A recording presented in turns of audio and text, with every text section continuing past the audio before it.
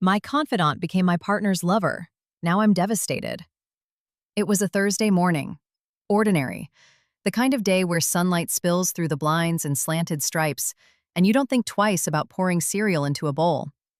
Mark was scrolling through his phone at the kitchen table, shirt half unbuttoned, humming something under his breath, a habit he'd picked up after we met Leah. Our Leah. My Leah. The friend I'd known since college, the one who'd held my hair back after my bachelorette party and sent me care packages when I had COVID. The woman I'd gushed to for hours about how lucky I was to marry a man as kind as Mark. He glanced up when I sat down, flashing that smile that used to make my stomach flip. "Morning, Jules." Something felt off. His voice was too bright, like he was rehearsing lines. I shrugged it off. He's just tired, I told myself. But later, while folding laundry, I found a receipt in his jeans pocket, a $200 dinner at a restaurant I'd never heard of. The date was from 2 weeks ago when he'd worked late. My hands trembled, but I shoved it back. He took a client out. That's all. Then Leah canceled our weekly coffee, twice. "Work's crazy," she texted, adding a crying, laughing emoji. When we finally met up, she wouldn't look me in the eye. Her perfume clung to the air. Vanilla and bergamot, the same scent I'd smelled on Mark's collar last month.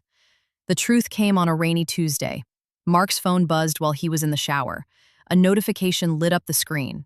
"Can't stop thinking about last night. You're incredible. L." My body went cold. I swiped in, heart slamming against my ribs. The texts went back months. Flirtatious jokes, late-night calls, plans to meet at hotels. Photos I wish I could unsee. The worst part? The dates. Our anniversary weekend. The night Leah comforted me after my miscarriage. I slumped against the bathroom door, bile rising in my throat. Mark emerged, towel around his waist, and froze. "Jules, I can explain. Was it ever real?" My voice cracked. "Or was I just a joke to both of you?" He reached for me, but I recoiled. "It wasn't supposed to happen. We just connected. I didn't mean to." "Connected? She was my best friend," I screamed, hurling his phone at the wall. It shattered, glass skittering across the floor like the pieces of my life. They'd been together for 8 months. 8 months! I keep replaying moments. Leah's hand lingering on his arm at our Thanksgiving dinner, Mark forgetting our plans to help her move, the way they'd exchange glances and laugh at inside jokes I wasn't part of. How could I be so blind?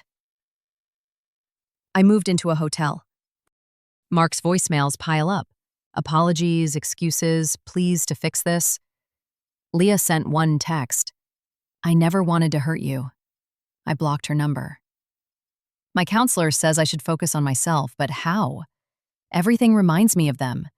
The sweater Mark bought me for my birthday, Leah picked it out. The stupid coffee mug she gave us as a wedding gift, even my own body feels foreign, stained by their secrets. Last night, I drove past our old apartment. Their cars were in the driveway, lights glowing warm behind the curtains. I pulled over and screamed until my throat burned. Then I called my sister, crying so hard she couldn't understand me. "I don't know who I am without them," I whispered. She said, "You're still you. They're the ones who changed. But what if me wasn't enough?" TLDR. My husband and best friend had an 8-month affair. I'm shattered and don't know how to rebuild.